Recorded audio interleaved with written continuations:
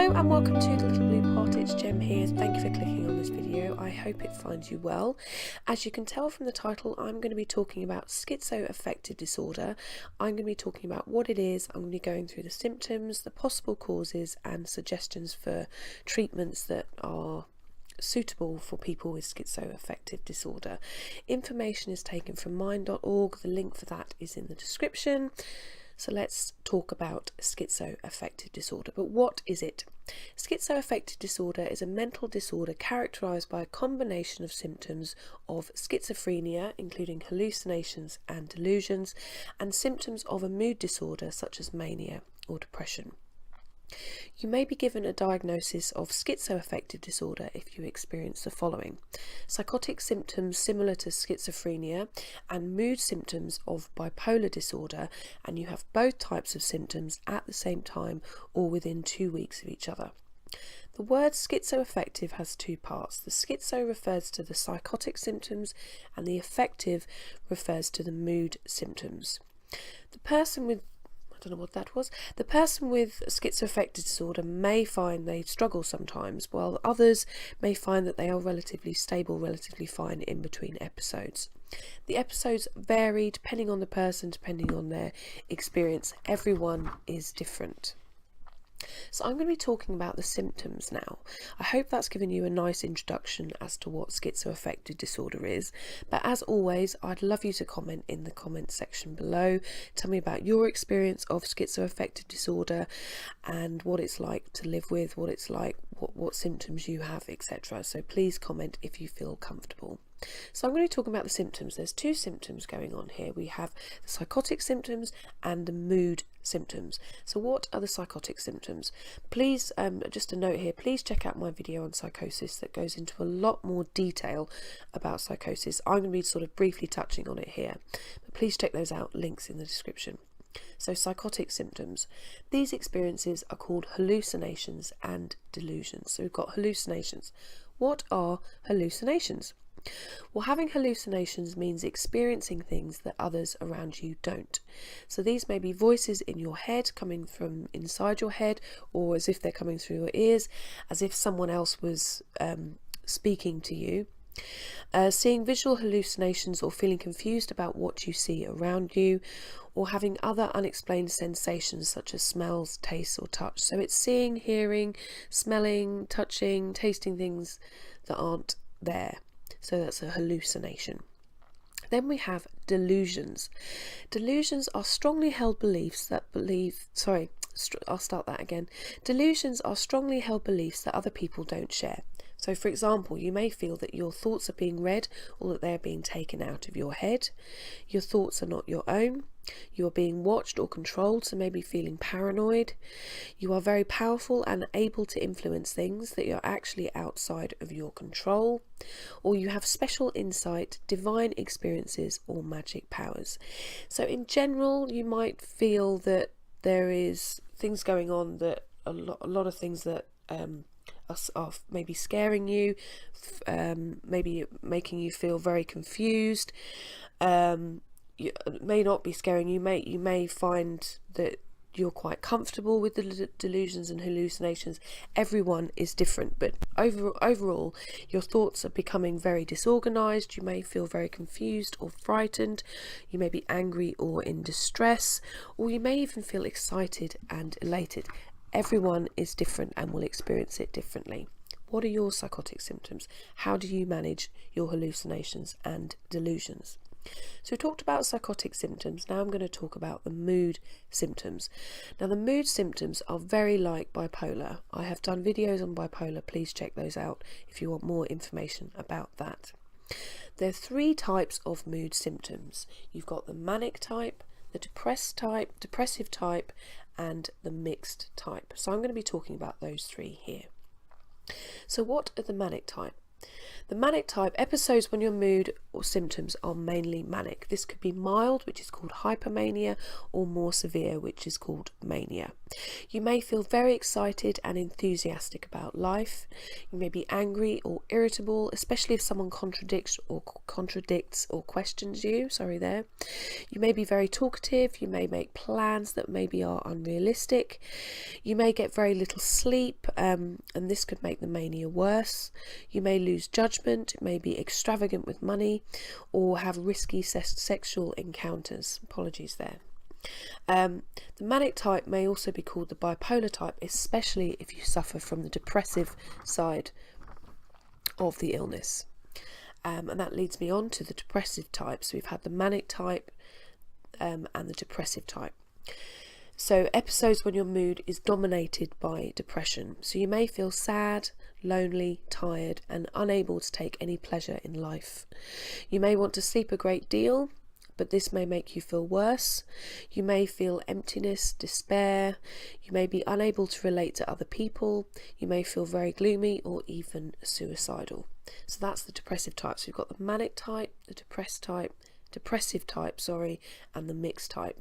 The mixed type, this term may be used if you switch between mania and depression in a short time. Cycles of mania and depression can occur at fairly regular intervals, although this varies from person to person. What's your experience of this? What is it like for you when you're in the mixed state? What is it like when you're in the depressive? And what's it like for you in the manic? Please share with me any comments you have. So that's the symptoms. We've talked about psychotic symptoms and mood symptoms, all of which add up to someone who has to deal with this diagnosis. But everyone is different, and there will be many more symptoms that are there. I'm just listing the main ones to give you an understanding. But what are the causes of schizoaffective disorder? Well, there's no one cause, and everyone will have different causes for their diagnosis of schizoaffective disorder. Like other mental health problems, though, it can be caused by two different factors. No, that's not right. A combination of factors based on coming from your environment and genetics. So they're the two things, your environment and your genetics. But the environment can be made up of a combination of factors as well as the genetics. So stressful life events or trauma could possibly lead to you developing schizoaffective disorder, but especially if this happened when you were in childhood. So this is more likely to be a cause if you experience stressful or traumatic events when you were too young to know how to cope with them, or perhaps you have not been cared for in the way that helped you to develop coping skills. Due to this, you may be particularly vulnerable to a relapse in times of stress. So that's your environment, your upbringing, all of those things. If they're full of trauma, abuse, neglect, then it could be that you are likely to develop this diagnosis of schizoaffective disorder. But there's also genetic influences, because the psychotic and mood symptoms tend to, sorry for saying psycho there, that was a mistake. Genetic influences. The psychotic and mood symptoms tend to run in families. You may be more likely to develop the symptoms if a close relative has a diagnosis of schizophrenia or bipolar disorder. But there needs to be a lot more research into this, because there's not a lot of evidence to prove this explanation, because many people who have this diagnosis have no family history of mental health problems. So the causes we have our environment and our genetics, and this is true for most mental health problems. And as I said earlier on, there's no one cause, it's a combination of factors, and what causes someone to develop one mental health problem may not cause someone else to develop it. So everyone is different. I say that a lot on this channel. So what treatments are available? What could you do? What will be given to you? What support can you have if you have schizoaffective disorder? Well, when deciding your treatment, you should be offered... When deciding what treatment you should be offered, your doctor should discuss all options to include the possible benefits and harms. Your views and preferences should always be taken into account when making decisions about your treatment. It's about you making the decision with your doctor to find the right one for you, because what may work for one person may not work for someone else, because Everyone is different. I've said that again. I'm not going to say that again in this video. Talking treatments. There are many types of talking treatments. I'm going to list a few here, but you may be offered some form of counselling or psychotherapy. There are many different types, each varying slightly in their approach. With all of them, the most important thing is the quality of the relationship you have with your therapist. The better your relationship, the more helpful and supportive they can be for your illness, and that way that you will get the right care and it will be at its best that it can be. I think that made sense. But there are other types of talking treatment. There's cognitive behavioural therapy, there's mindfulness-based cognitive therapy. But what other therapies have you done? Are there anything that I haven't listed? Because there are many, and this is an overview of this disorder. So I'm trying to give you a little bit of information about the types of treatment available, but there are others. So what have you experienced, or maybe someone that you care for has experienced? Please let me know in the comment section. And finally, medications. This is a treatment you are most likely to be offered first, especially if you are first diagnosed during a psychotic episode. So you may be prescribed an antipsychotic, a mood stabiliser and an antidepressant, all three, or maybe a combination, or maybe one, or maybe two. So an antipsychotic such as quetiapine, olanzapine, and that will treat the psychotic symptoms. The mood stabilisers such as lithium or valproate, I think I'm saying that correctly, especially if you have the manic episodes rather than depression. Or another mood stabiliser is called lamotrigine, which is licensed for depression and bipolar disorder. And thirdly, there's the antidepressant.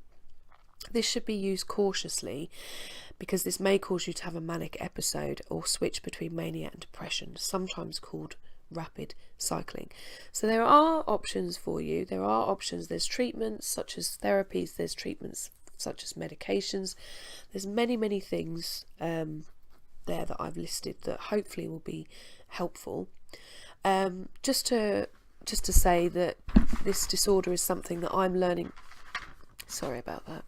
This disorder is something that I'm learning about still. So apologies if some of this has been read out, but I wanted to get it just right. Thank you to Oliver Locke of Instagram for your suggestion for this video. I hope it helps you. I hope it helps others. Please put any comments you have in the space below. All the information I've talked about today is in the description. Please let me know if you like the video, maybe give it a thumbs up. If you haven't subscribed already, then please do. I do lots of videos on this channel, all to do with different mental health problems, talking about what it's like living with different mental health problems, because I suffer from my own mental illness. I suffer with my own mental illness, so I'm trying to talk about loads of different topics on this channel. So this is just one video, but please check out all the rest of the channels on the video. Make sure to subscribe as well. Thanks for watching. Please take care, and I will see you next time. Take care. Bye now.